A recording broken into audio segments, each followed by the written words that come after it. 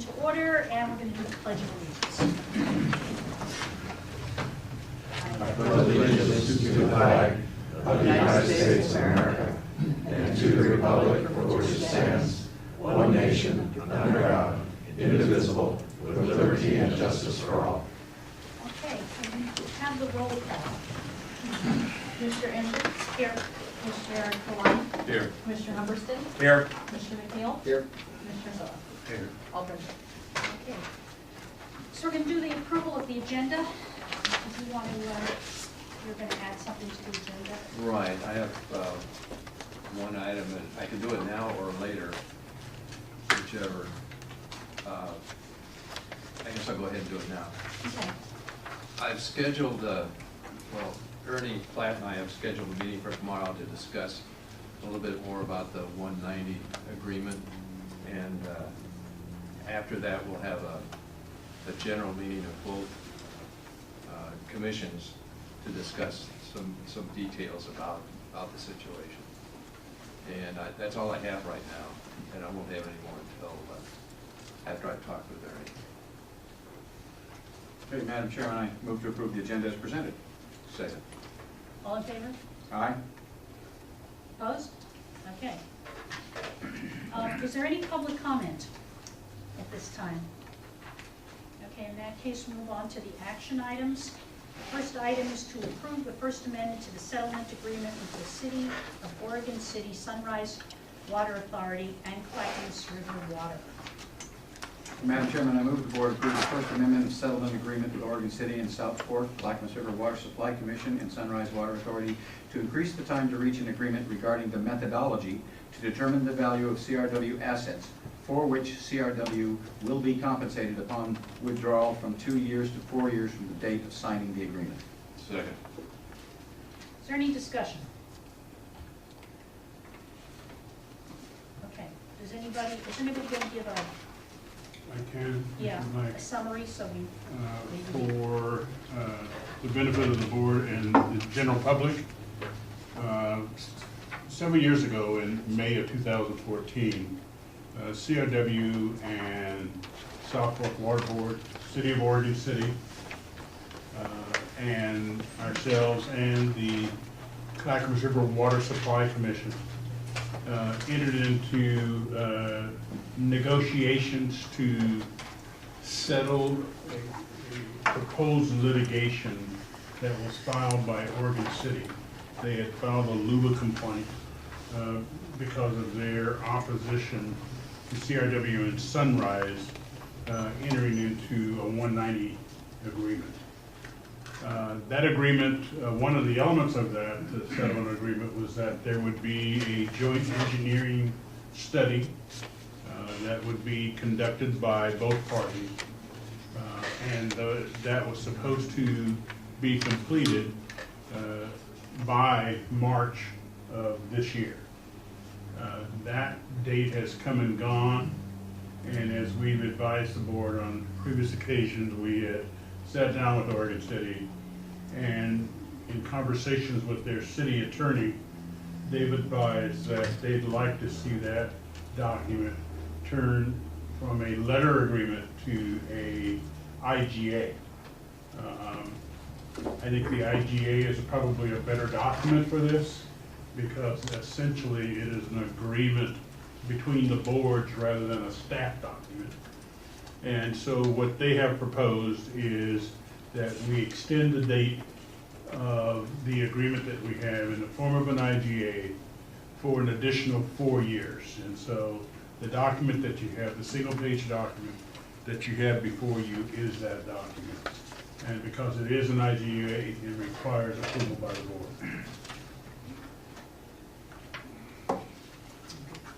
Are there any other questions or comments? Okay, Larry. Does that mean that the engineering study and that will be done for 4 years? No, it's given us an additional up to 4 years. As you may recall, the engineering study and its components is already underway. You know, this is just giving us more time. Any other comments, questions? that case, we'll have a vote. All in favor? Oh, go ahead. Go ahead. I signed up to speak on this. Okay, great. Thank you. On page 3, 4 on the agreement, to recur, repair, I have a couple of questions on paragraph B. Line 1, 2, 3, 4, 5, line 6. It says the parties agree to annex and so on, withdrawal, apply the annexation or withdraw the city initiates. My question is that since Kate Brown passed the new annexation rules in May, does this need to be changed? Because as I understand that new law, property owners can also initiate annexations without city approval. So I was calling that to your attention and wondering if that is appropriate language still to be in this agreement given the law change that happened in February. So that was the first question. Then the next one is in paragraph D. So I'm not sure what that one means, except I'm assuming that the engineering department has identified those areas that are referred to here, so that the board and staff and everybody know which areas these are talking about, that we will serve, that the city may or may not handle. So that was the two comments and the questions I had. My major concern though was item B, given the law change in February. So, thank you.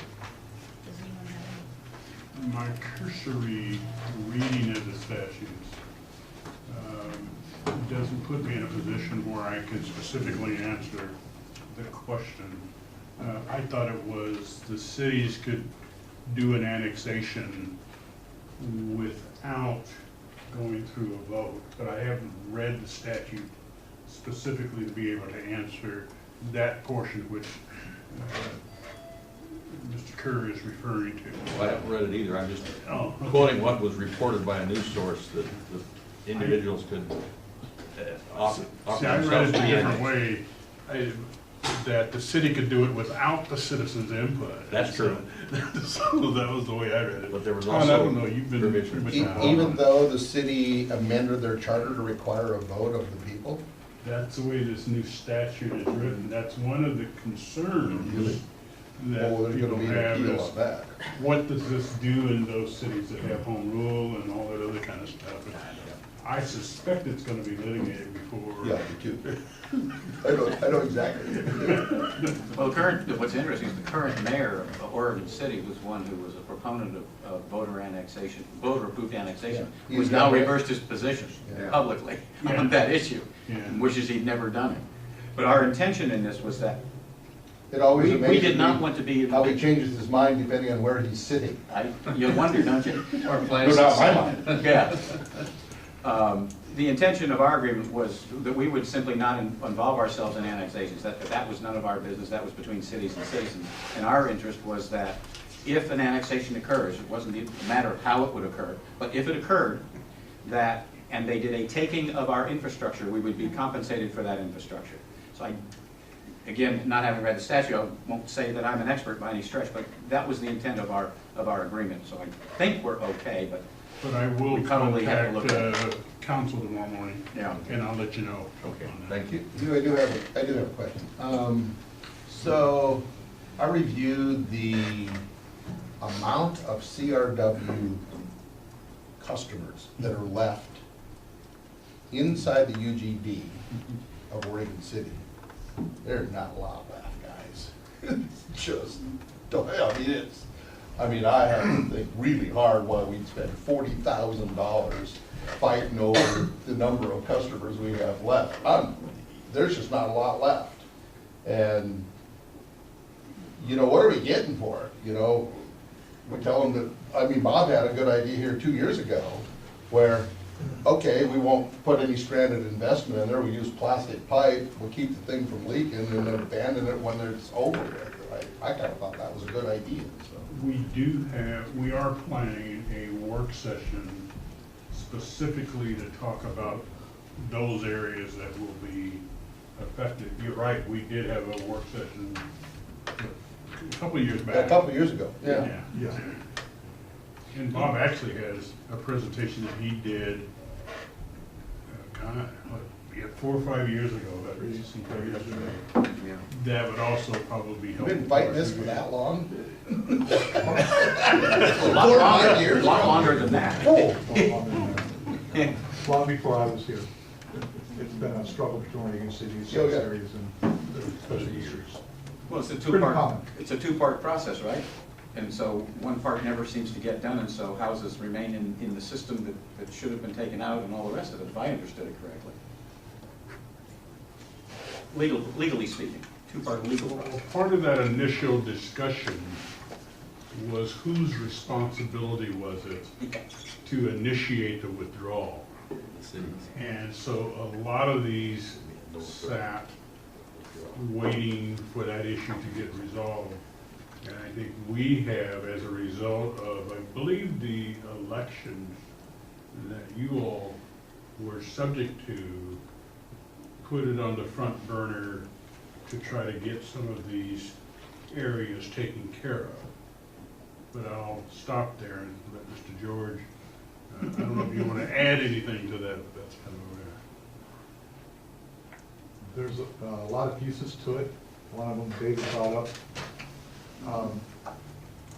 Stranded investment, but yet we're responsible for providing a certain level of service to our customers. We have quite a few areas, Forest Ridge, Butel Road, Leland Road, and some other areas that our lines are just worn out. They're old steel lines in clay backfill. We have a lot of leaks in those areas. If we follow our ordinances and our own rules, we're responsible for replacing as a minimum 8-inch duct line pipe. Okay? To do that, 10 or 15, 20 years from now, that stranded investment could be taken over by Oregon City. And part of this engineering study in this agreement is coming up with a methodology, financial methodology of getting some reimbursement back for that effort that we're going to do. I like the idea of us being able to take care of our customer base. They've been long-term customers since the, late 50s, early 60s, in these areas we're talking about. I'll just say that the pipes need to be upgraded. How we get reimbursed, well, that'll be part of the study we're working on. Annexations and withdrawals, a lot of them did not occur because of my understanding is the city thought, and probably rightfully so, that if they took an area over and withdrew it, that any bonding that Claremont Water District at the time had, that they would be financially responsible for reimbursement, their proportional share. And they were not in a position to be able to do that. So they just didn't withdraw. They just paralleled us and built over the top of us, or yeah, that's basically what happened. So we have some overlapping areas. This study will also then, and that's part of Gary's question on paragraph D, the study will identify those areas that we're talking about. Where can we share, where we don't share, who should serve certain areas. And it may be outside UGB, inside UGB, inside and outside the Oregon city limits. Face it, fact is, or cities like to serve everything inside their boundaries. That's just the nature of the beast. Since I started talking, they're more open to talk about dual sharing of a service area if it's in both interests. I think if the city can get a developer to develop and move in and build all the water system, the city will want to serve it, just point blank. And I don't blame them. In fact, in some of those areas, I don't want to serve because we don't have the infrastructure there anymore, or it's very dated.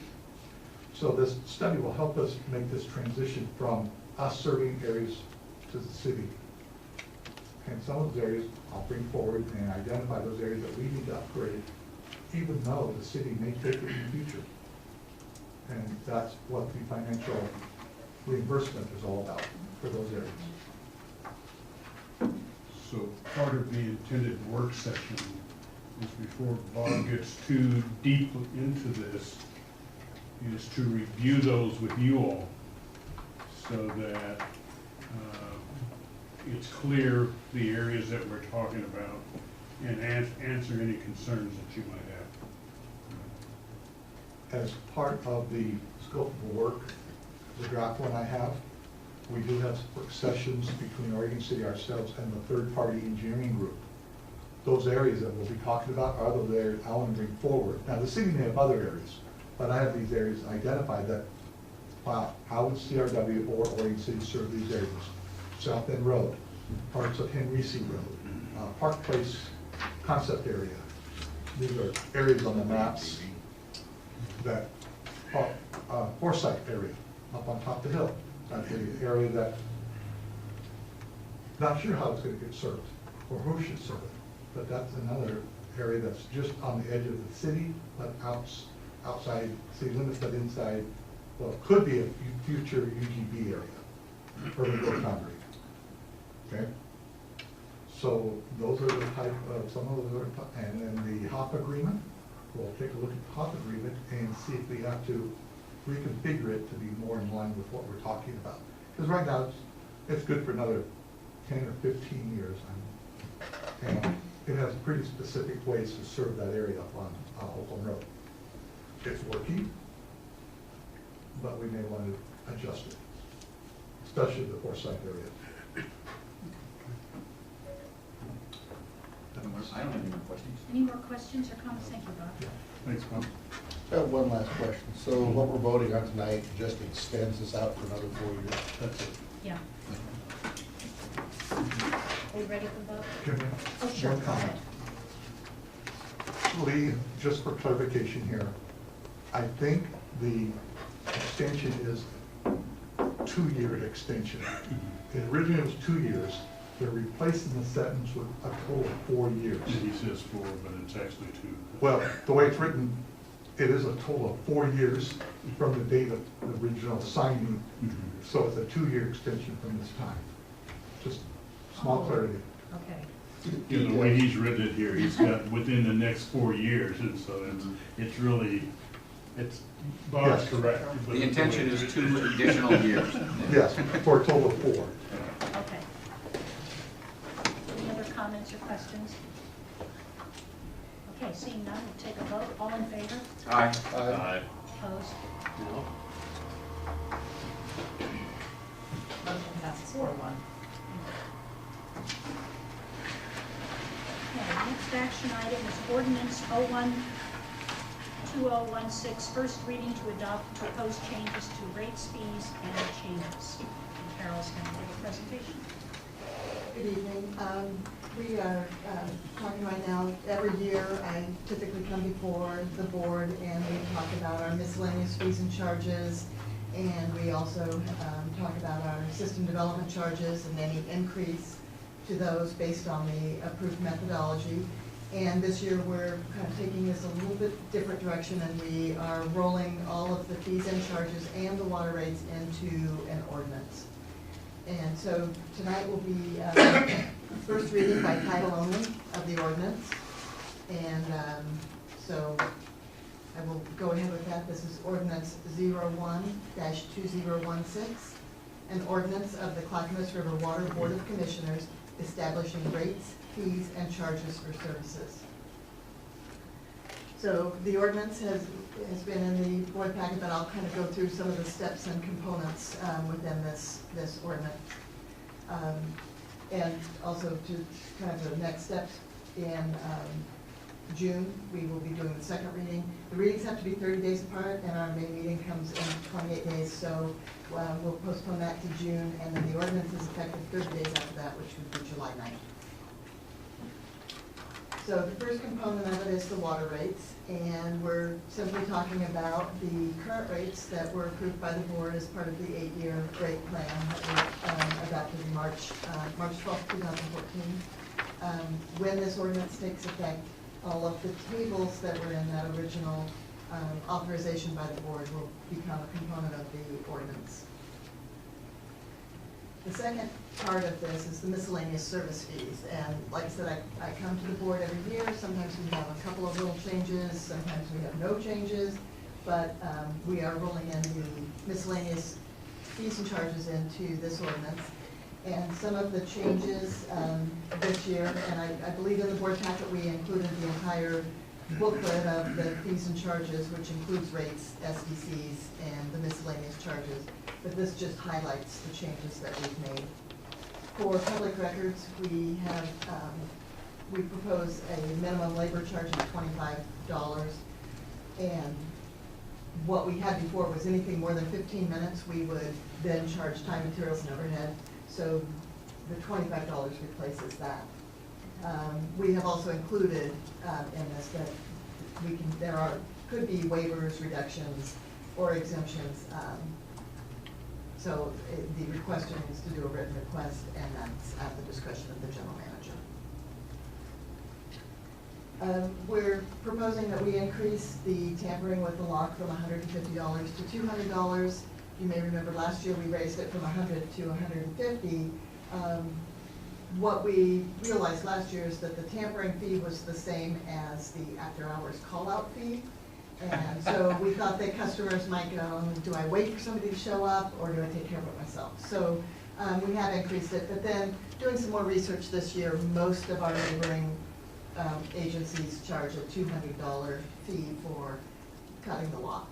And we do want this to be punitive. We don't want our customers feeling free to damage any of our property, so the $200 I feel is appropriate. We've also added some language about removing, obstructing access, tampering with the meter, or any part of the distribution system. And this relates to, we had and have had in the past customers that will occasionally park a vehicle on top of the meter so that we don't have access to it. That can prohibit us from reading the meter to determine how much their water usage was, and also if they are delinquent, we don't crawl into the truck to lock off the meter. So we have added some language that gives us authority to charge them for time, materials, and overhead for the cost of that kind of activity. We have also added the pass-through charge for the Happy Valley right-of-way usage fee. The board has talked about this, so that will be added on after July 1st. And we haven't calculated it exactly. I believe that it's $5,000. Is that the minimum? We are at the minimum charge, but that will be distributed amongst all the customers. And then we did some, just some adjustments in our listing of equipment vehicle rental rates. We had surplused a few vehicles in compliance with the surplus policy, so as voted on by the board a year ago. And we added a couple of vehicles that were purchased right at the end of fiscal 2015. We have the 3 leased vehicles that were approved as part of the budget a year ago, and then also the large construction service truck. So those are added to this. We typically don't rent out our equipment, although we do have an agreement with Sunrise Water Authority should we do that. But we use the rates here as part of our capitalization, that we're contributing those resources to building a capital asset. So the third component then is the system development charges, and the current methodology was established with ordinance 97, and every year the updates that follow along with that methodology have been approved by resolution. The most recent one was resolution 14-2015 last March. So when this ordinance takes effect, it will supersede that, and this year's very, very small increase. We used the Seattle Engineering News Record increase, and so this year it was a 0.13% increase, and our SDC rates will go from $4,727 for a 3/4 inch meter up to $4,734.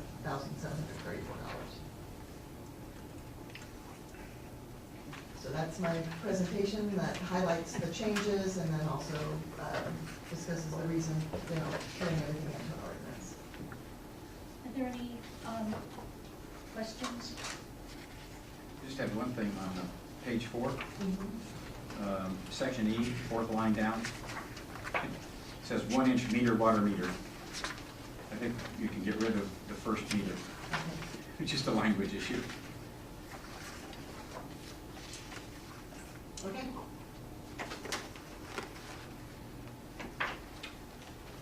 Anything else? Okay. So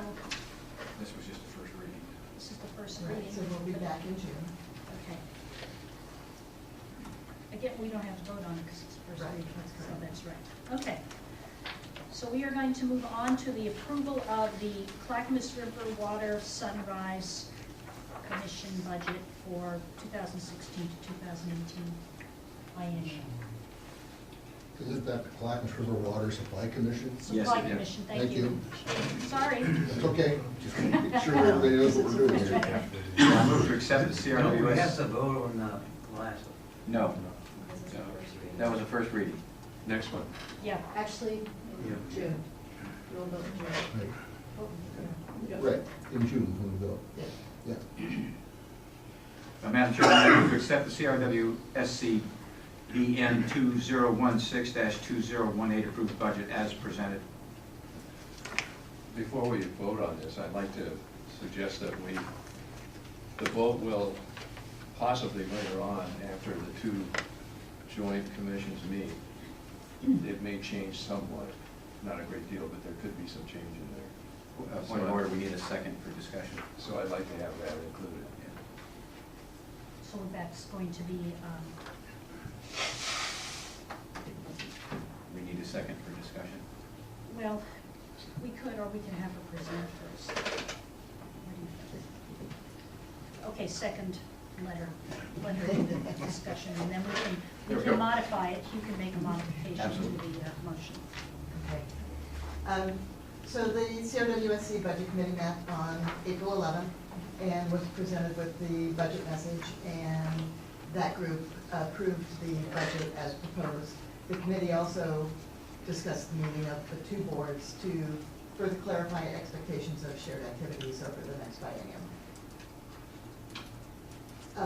Just as not everybody in this room was at that meeting, I'd like to present some budget highlights. So the budget, total budget is 1.8% greater than the prior biennium. Resources equal requirements, so we do have a balanced budget as we're required to have. Some of the things that have happened and that actually are generating some budgeted activity is we have fully integrated the SCADA servers and systems to allow for monitoring the combined system at one location. So CRW is hosting that system at the water treatment plant, and we have a CRW employee that kind of monitors that activity. So those are items that are billed to Sunrise on a monthly basis, their share of that. All of the water quality sampling, testing, flushing, and reporting for both agencies is being handled by CRW staff. And all the servers for any other systems that Sunrise has are being hosted here. And again, we calculated their share of those servers and the activities, including the data backup and all that, and we bill that to Sunrise on a monthly basis.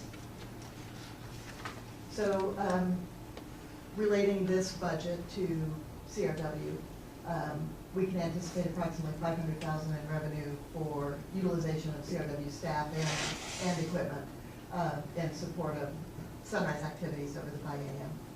And wholesale water is also included in this, and wholesale water charges estimates are about 69% of the total budget for the biennium as well. So, and again, we're talking now because of the way the ORS 190 was set up. The agreement defined that the budget would be looked at by a budget committee made up of from the commission and an equal number of residents. But then that approved budget would have to go to the individual boards. So I'm presenting this to the board tonight, and on April 27th, I'll be presenting this to the Sunrise Board. And the CRWSC plans to meet on June 13th to adopt the budget as approved or amended. Related to future discussions, we could postpone voting on this until May, and we would still have time to get everything done in time for a June budget. So did you want to amend the motion to wait till May, until we, Yes, subject to the changes that might occur at the joint meeting. Then rather than amend the motion, I can withdraw it. That'd be easier. I'll withdraw the motion. okay. So I have a question. Of the $500,000 in revenue, it'd be nice approximately how much of that's wholesale water and how much of it's services? No, the 500,000 is all services, the wholesale water is completely separate. It is, okay. Yes. I didn't understand. Yes, and you should have a copy of the COWSC budget in your packet, and the wholesale water is about $1.6 million over the biennium. Is it? Okay.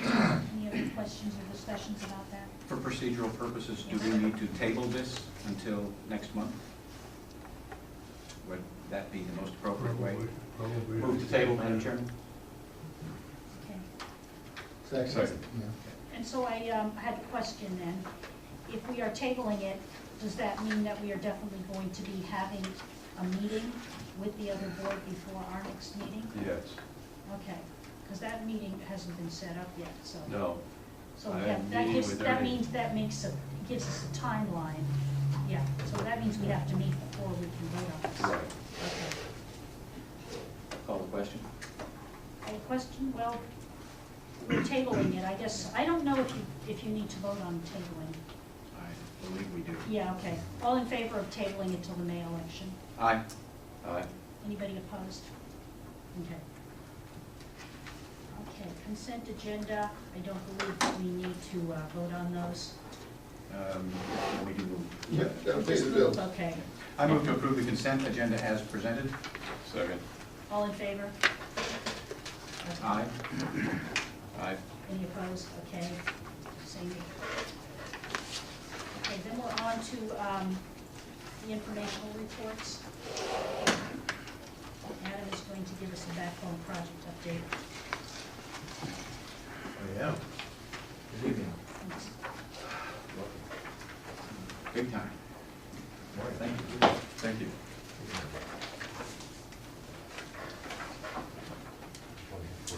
Thank you, Adam.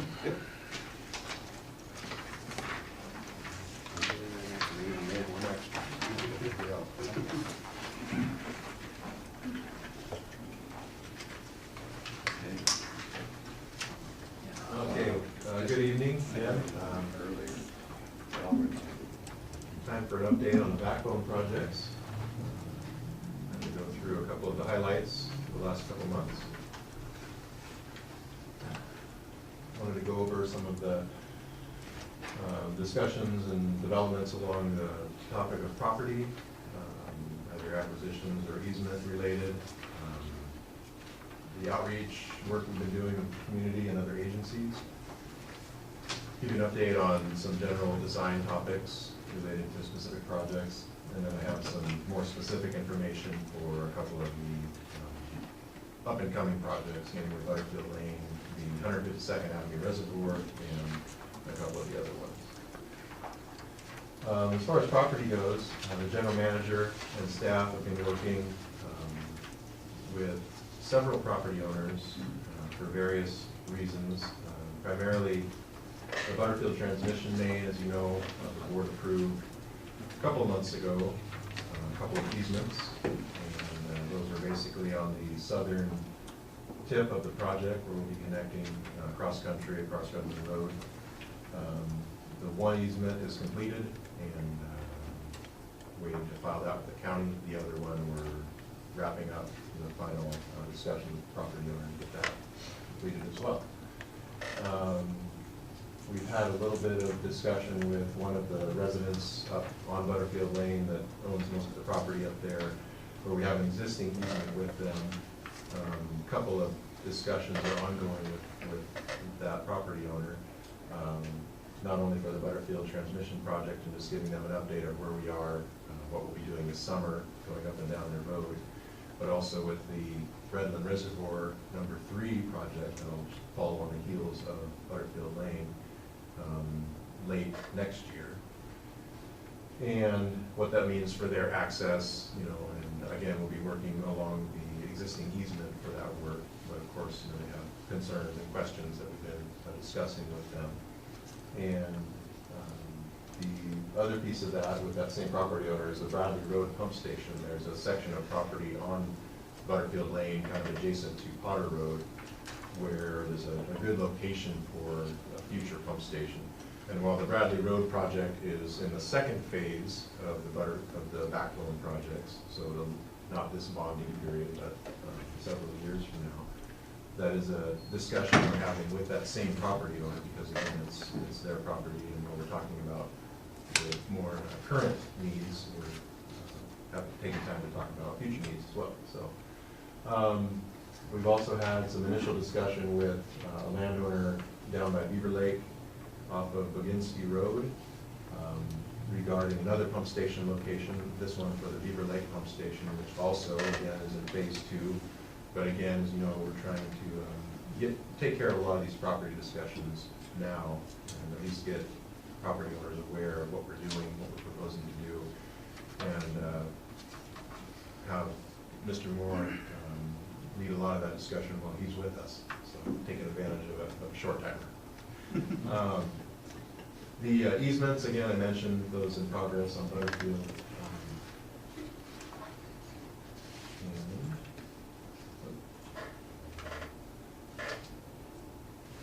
Okay, community outreach. We've really spent a lot of time in the last month or two developing a plan and presenting the backbone projects to the community and to other agencies. We kind of did a test run with, I'll say, a good audience up at the county on March 30th. I felt, and I think the group agreed, that it was a really, really positive meeting. I think we had all the right players in the room, heads of departments or supervisors of departments that we would typically need to work with, not only in the backbone projects, but generally in our other CIPs as well. Of course, we have other issues with the pump stations and reservoirs, where there's going to be a heavier involvement of land use, building codes and approvals for the structural pieces of those, and development and the roads departments as well. That was a real positive meeting where we did, a similar presentation with the maps and schedule that you folks have seen in the past. And then we did another similar presentation last week at the Clackamas River Water Providers meeting on last Wednesday, and got a chance to present the backbone projects formally to that group. So basically our neighbor water providers, and that was positive as well. Like I said, just ongoing dialogue with a number of property owners from north to south, as we're trying to check folks off the list and get the word out. We have a couple things on the calendar. We're meeting with Oregon City, I believe, next week to kind of do another exposure, basic high-level discussion of why we're doing the backbone and give the information there. And then also the community meetings we have. So I have a question, hold on. We won't do that. So the meeting you're gonna have with Oregon City, I'd like to have some input on that, because I reread the study for South Fork. They absolutely are dead-ended. They have multiple points of failure in their system, i.e. our system, currently. Oregon City needs to understand that what we're doing here is a huge benefit for them down the road, because it gives them a potential second way to get water to a whole bunch of their folks. And if we don't sell it that way, we're missing a spot, because Oregon City's always thought they had us over a barrel. And I think, we've been threatened by South Fork about all kinds of things, and I'm tired of it. And so it's time that we turn the table a little bit and said, hey, folks, we're gonna spend $40 million building another way to serve all those folks. And it's not just Oregon City. What we can save Oregon City maybe saves West Linn if there's a problem. I pumped for a week on the slide when it slid in 76, and they had no water for Oregon City, zero water. We manned those pumps with fire engines to keep that city live. And it's a nasty spot, and there's a whole lot of people, because Oregon City at that time was 5 square miles. There's a whole lot more people sucking off that system right now than they have any idea. There's nobody in that town that understands the problem if that intake fails. I gave Lee some maps tonight about slide. They got a real problem. We have another slide like we had in 64s or 96 up there. We've all got a problem. So I'm really excited about us getting this pipe across the river. I really think that, this board has done a real stroke of genius trying to get this thing taken care of. And so I think somebody needs to start knocking on their door going, okay, folks, you need to get on board with us and start helping us instead of getting in our way all the time. So however you can spin that, spin it, because that's what I'm gonna be telling the folks when we go meet with the folks. We started that discussion when Todd and I had breakfast at the general manager level. Did you? Okay. And John Lewis joined in that discussion. Actually, we sent them, they asked for copies of all this. Did they? We have provided them with copies. We, and actually, the April 18th meeting is a follow-up at John Lewis's request. Is it? Good. To actually get down to the staff level and have that same discussion. And also at your suggestion, we're also meeting on the 21st with the fire chiefs. Good. That needs to happen. I mean, that one thing alone for fire protection out south is huge, because there is no real fire flow out there. And the current fire district has almost completely lost their ability to draft. These boys they don't know how to do a water supply system. It was the volunteers that used to do that for them, they've gotten rid of all of them. So, you know, they're gonna rely heavily on whatever we provide for them out there in the future to try to do any kind of fire protection. Well, I think the intent here as well, that this is the introduction meeting, Yeah, but there's got to be plenty of follow-up, you know, as we go through here. yeah, there needs to be more sharing in this water thing, and I'm just tired of this siloing and all this garbage that's going on. The ratepayers are just taking it, and I'm tired of the ratepayers being the ones taking it on the nose, and I don't care whether it's, you know, South Fork or Sunrise or whoever it is. You know, it's time that this thing got together and we figured out how to supply water to all these folks, because populations are getting bigger and we're not figuring that out. So what can we serve, how is best to serve it, and what are we gonna do for resiliency? Those are three things that have got to be taken care of. So. Absolutely. Then lastly, the community meetings we have scheduled for the end of the month between Happy Valley, Redland, and Beaver Creek communities will be kind of doing a similar high-level discussion, presenting the basics of the projects, giving really the public an opportunity to come in, learn about the projects, voice any concerns, or ask questions in kind of a real public forum, fairly informal type forum. I think we're providing some snacks or something to help it along. So anyway, real promising. I just want to say that really appreciative of the board support, and I think it's been a great team effort. As Mr. Moore said, there's been a lot of development in outreach the last couple of months to get the word out.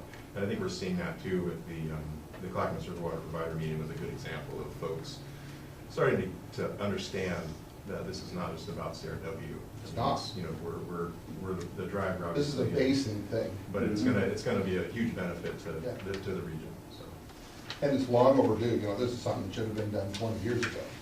And it's just finally, with all the stuff that's going on, finally got some traction and it's going in the right direction, I think. It's getting past the parochial thinking and Yeah, it is. realizing that we're all Yeah, in it's this tough. together, or the state will make us do things that we might not want to do. Oh, yeah, it's always better to do it on our own. Just a brief design update. We're in process of soliciting for some additional design assistance.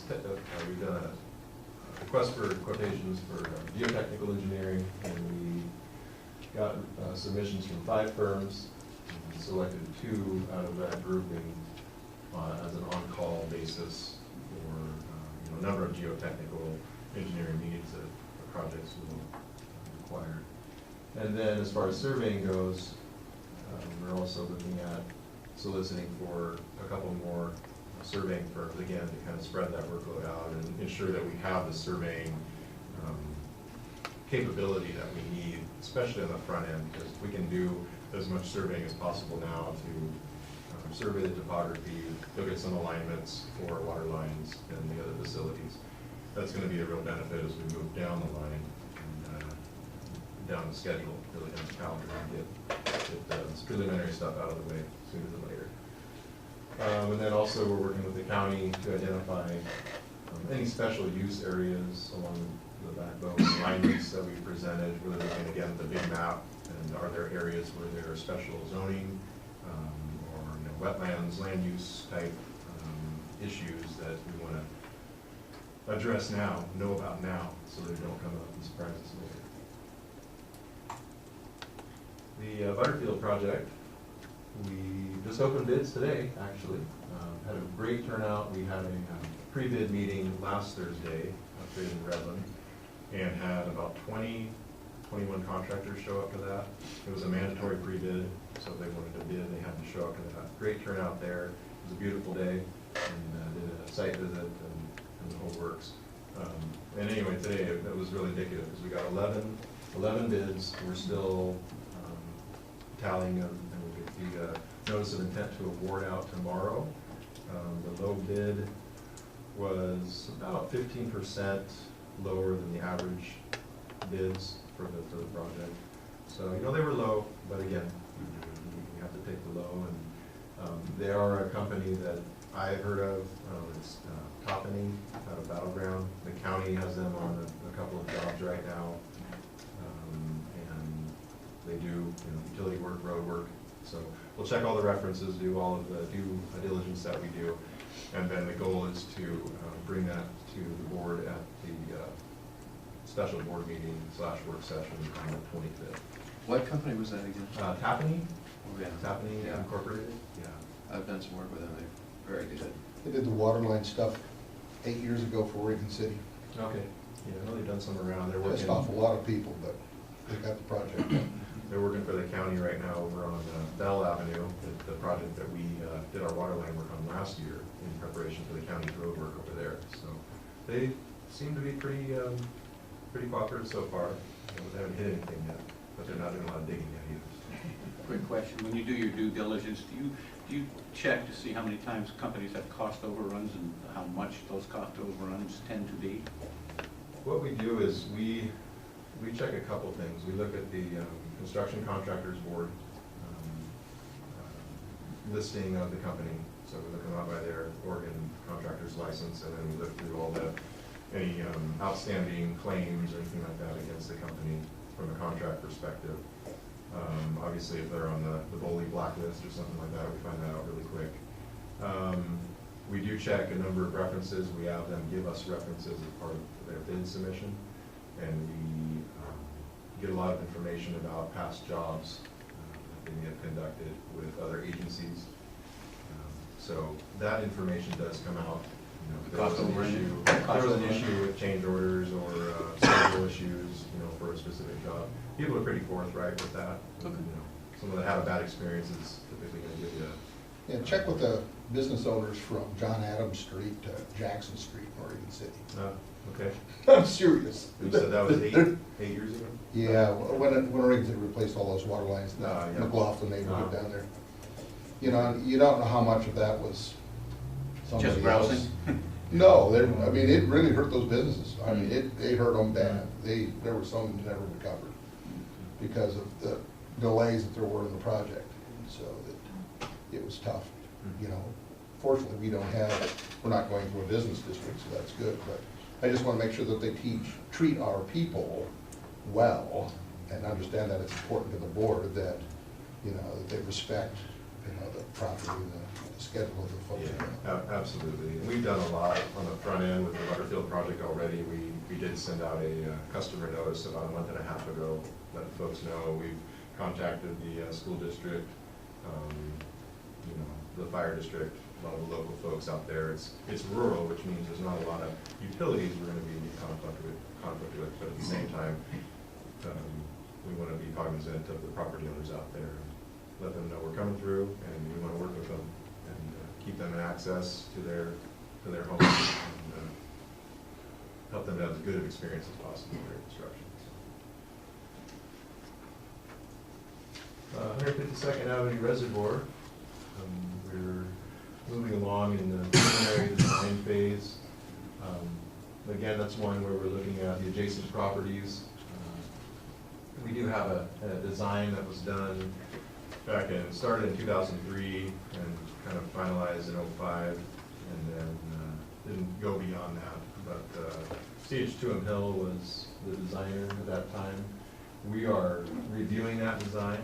We probably will talk to CH2M and possibly get their possibly utilize them again as a consultant if they're agreeable to that. We need to continue those discussions though. Confirming reservoir sizing with current demands, current needs, and looking at land use issues around the 152nd Avenue reservoir. So we'll be continuing along that path over the next couple of weeks. Looking at easements and access, really those are two key things out there. As you probably know, the 152nd Avenue reservoir is surrounded on, well, really three sides by a fairly dense neighborhood. And as we know from Lake Oswego, there's challenges with doing a construction project through a neighborhood. So we're trying to do our homework and get the word out again to the community. The good thing is that site's been in the ownership of the district for years, and with the 2003, 2005 era work, although memories tend to be short, we have been close to building a reservoir out there before. So part of the outreach again will be just bringing the word back, getting people up to date on our current plans.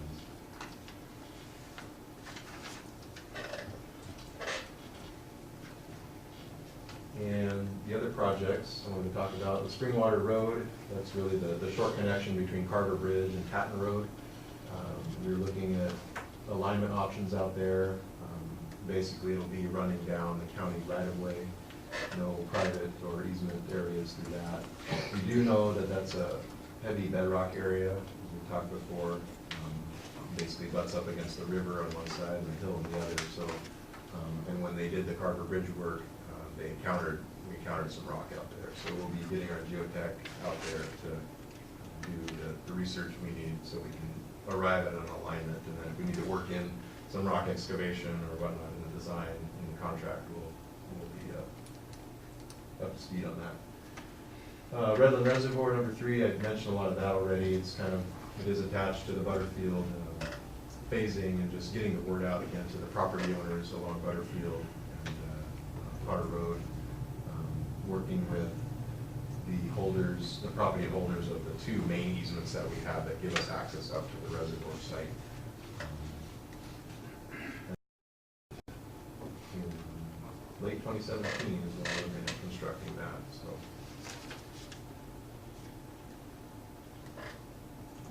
that's really all I have, unless there's more discussion or questions I can answer. Any discussion or questions from the Sounds very good. Yeah. Again, thank you for all the support. Appreciate it. So we're up to management report. I think that there's been some shared conversations, so I think we can probably get through this pretty quickly. I don't think that'll hurt anybody's feelings. As you know, Todd Hydrican is on board, came on board April 1st, has been really busy in terms of introducing himself to staff, both collectively and one-on-one and in smaller groups, and those have been going extremely well. He's also attended all of these meetings that you've seen identified in the presentations to date. I think it's probably analogous to drinking from a fire hose. He still has his lips, so I guess he's okay. We'll keep going on it. As you've heard, we met with the CRWP managers. I indicated that we're also going to be meeting with the fire chief next week and Oregon City staff. We talked about the Clackamas County, the community meetings, their schedule. That's really the first meeting that I suspect somewhere along the way here we'll be looking at continuous communication with all of these groups. One of the things we really want to emphasize is really letting our ratepayers know what we're doing and why. There is a draft water supply agreement that has been forwarded to us by Sunrise. We're beginning to look at that and do some analysis on that so that we can get back to them. The next thing that you'll see in the manager's report are department updates in terms of activities that are going on there. The first one is in the engineering group. One of the things that I wanted to note is that one of the things we had on our listing to do is the master plan. We've looked at that, and because we had to reschedule that and we moved the backbone project forward, it really has kind of given us an opportunity to take another look at that. And we're really thinking that there's some additional components in there that we need to consider along with the rest of our CIP work. One is the facilities plan, because as we build out and improve our infrastructure, we also can't ignore the treatment plant. And there's some things that we, yes. Do we have those added to our work session list of discussions, the master plan and the facilities plan? Like everything, we'll be bringing that stuff back to you as we move through this, because it's something that we need to talk about collectively. Mm-hmm. And so we will be bringing that back. Right. So anyway, I note that it is a major undertaking as we look at this, and it's something that's going to have, as you know, several years ago when we had the preliminary document in our budget, because of some of our financial issues, that we had to remove that until we got our reserves built back up again. And so we want to revisit that and bring it back before the board and talk about it in more detail. The City of Milwaukee, we have, as you know, we've talked to them about the service agreement. That's done. We've had difficulties working with them primarily because they've had staffing issues. And it's been going on probably, I think, for about the last 5 years. In fact, they even brought in, their city commissioners even brought in an outside entity to come in and evaluate why so many people were leaving Milwaukee, least of which has been the engineering section. They've had a lot of turnover in that area. So, Planning too. Yeah, planning is another one. Yeah. Really, some of that was tied into light rail, but they're still having quite a bit of churn.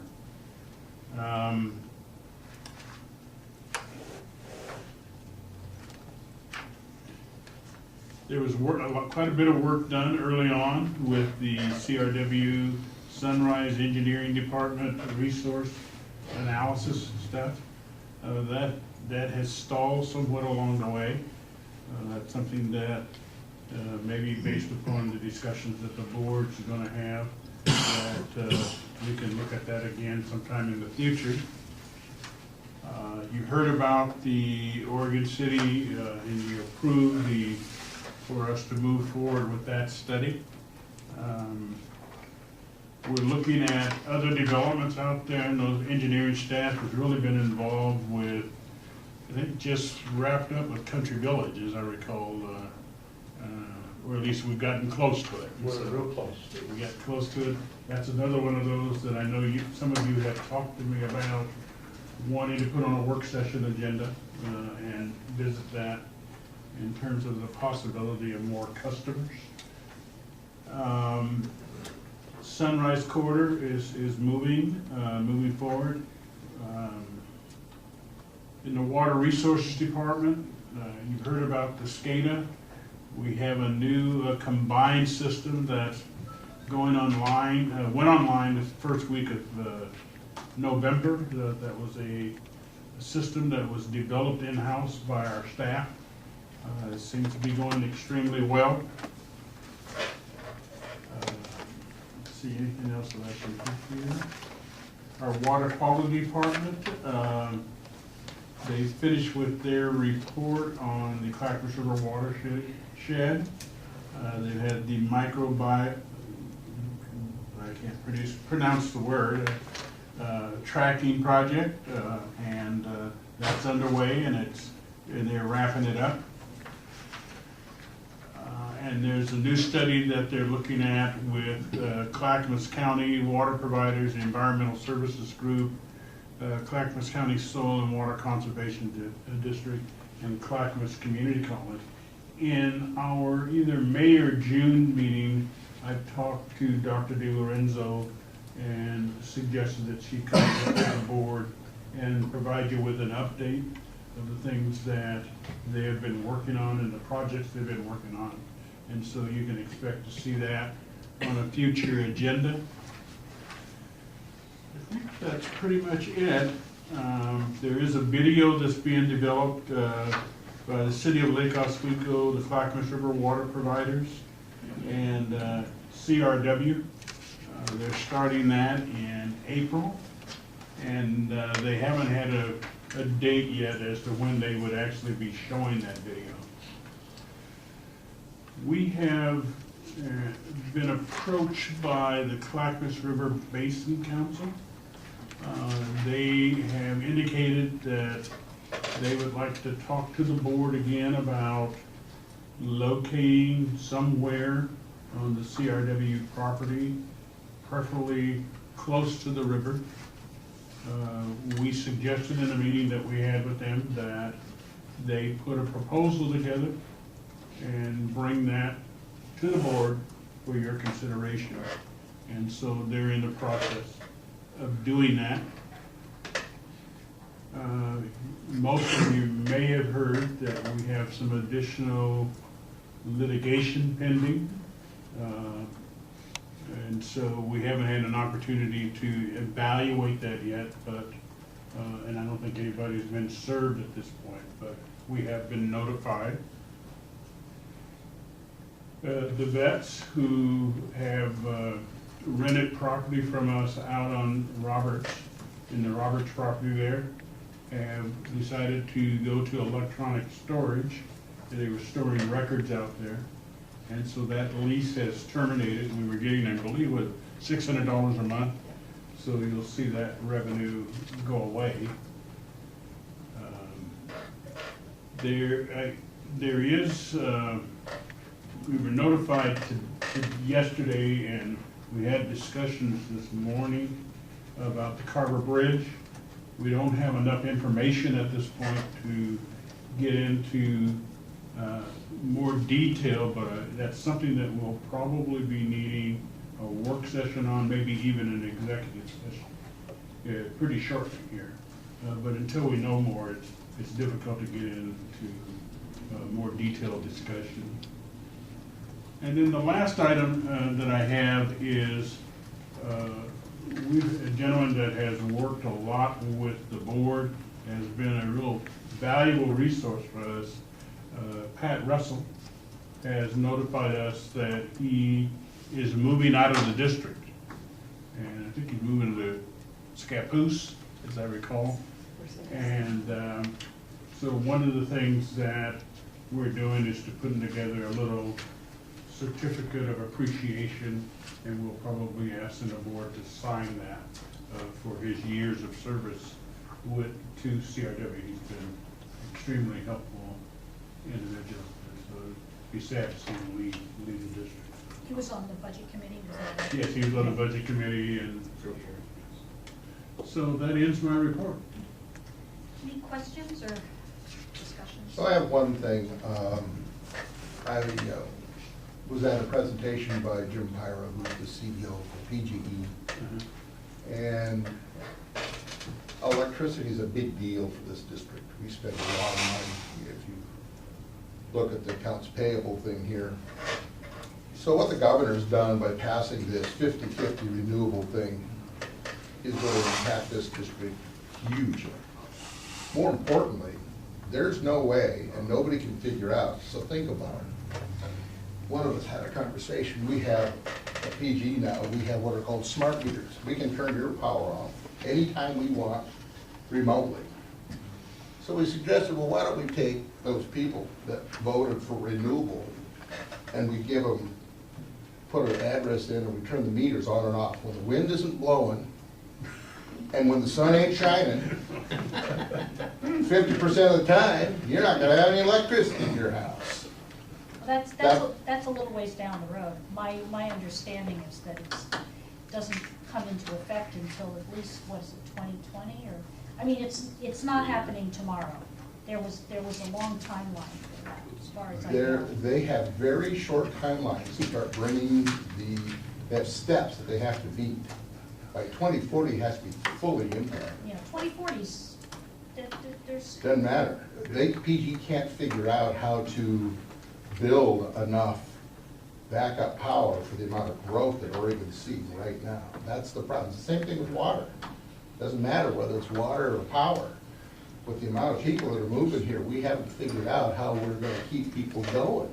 And nobody seems to understand it, so we keep passing these things that raise the cost of doing business and reduces our resilience and our reliability. Just, I don't know. It'd be an interesting thing to have somebody understand. that wasn't a public vote, though. I know it wasn't a public vote. Right, but you were talking about turning meters on and off. No, I'm talking about, the reality is turning the meter on, off and on, because the only way the power company can do it is what happened in California when they were doing the brownouts. When there's not enough power, guys, you shut it off, and it's a rolling blackout. And then they roll it around, so everybody gets a little bit, but not everybody gets 100%. I don't know whether you ever had to live through that, but that is an eventuality for the Pacific Northwest that I never thought we'd see. But they are very concerned about stations. What we probably should do is ask Carol in preparation for our next biennial budget, which is quite some, a year more away, but probably do a little research to find out what, and I would imagine you would do this anyway, what we might anticipate in rate increases, because obviously if it's going to have to be built into our budget. Yeah. There is no rate case for this year, but there will be about a 7% rate increase in 17. Which we obviously will need to be prepared for. Yeah. I got one last thing, Yes. just to emphasize that the proposal now is having that meeting, joint meeting, sometime next week. And I Next should week? know, Next week? yeah, possible. And, You have a day yet, you? no, I don't. I'll try to get that. That's really, It's a meeting with the board. Yeah, the both boards. that's really not a very convenient thing. I mean, we've got, personally, Uh-huh. I've got Passover coming up, I've got my mother in town, I'm trying to prepare a big dinner, a big meeting next week really doesn't work for me, I'm sorry. Well, then what? I was really hoping the first week of May. I'm coming into a really big holiday. Okay. As it is, I've got a work session and a Happy Valley meeting, Yeah. both during the week of Passover, and with my mother here. I'm gonna go to both. And now you're saying I'm supposed to go to an additional meeting. This is not, I mean, I know that we have to do this really fast, Yeah. but I'm not really happy about this timeline. Okay. I mean, Well, what would be a Why did- convenient time for you? May.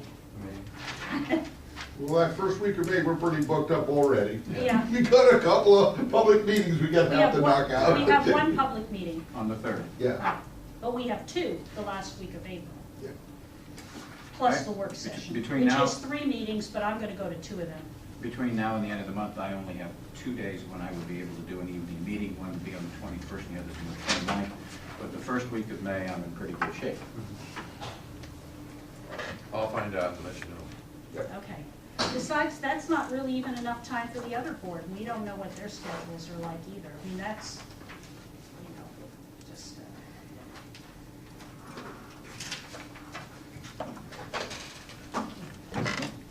That's it for me. okay, thank you. Meeting adjourned. Thanks. I'm not adjourning. Somebody else signed up before me, though, I thought. Yeah, that was my mistake. I'm That's okay. sorry. Okay. Did you want to make a couple Yeah, but I comments? think I saw somebody signed up before me. Is there anybody else that would like to make a public comment? Mr. Ferrari did. Yeah, he Yeah, already already sent us did. that one item. I only had one thing, but then I got 3. And I asked for respect for a couple of my questions or comments. First one, I guess, there's nothing wrong with Pat Russell, but when you start picking out a certain citizen to spend money on for a plaque, when Mr. Kerr's been here a hell of a lot longer than Mr. Russell, why give him a plaque? Why don't you give me a plaque for paying my bill for 20 years? Being you know, a valuable customer. I've been in budget hearings, I've been a commissioner, I've discovered embezzlements that saved $80,000 for this water district. And you wanna give a guy that's only spent 5 years on a budget committee a plaque? I believe the man said a certificate. Well, certificate, whatever, it's still money, right? No. It costs to print it and for an employee to make it, but anyway. Okay, and the second one I wasn't aware of, Mr. Moore's on now, but he was talking about litigation. Could you guys expand more on that for the public record?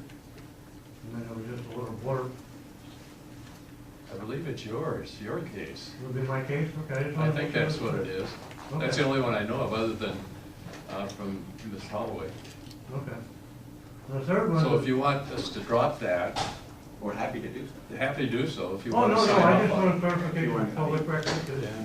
nobody's been served. All you have to do is pay that $57,000 to us. But anyway, that's for the courts to decide.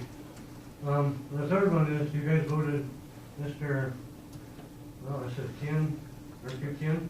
I'm Ken. We didn't switch the signs. Okay. Oh, that's right, you can ask.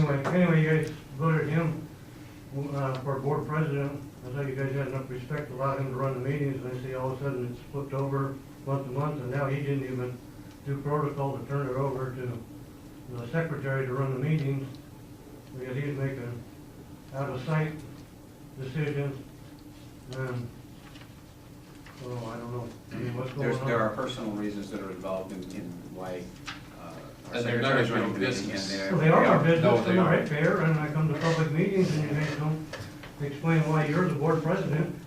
And I don't know who I talk to, that president or that president tonight, because in the past, the president's filtered questions from the public, right? And you've done a great job.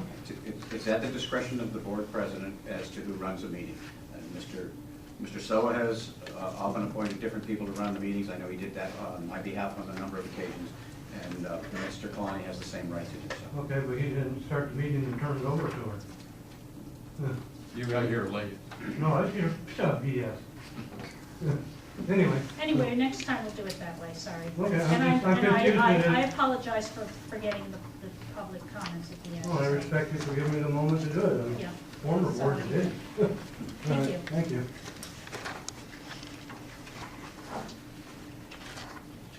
Now we're going to, I should ask, does anybody else want to make a comment? Anybody else have any questions? Anything else for the good of the order? Okay, meeting is adjourned. Thank you.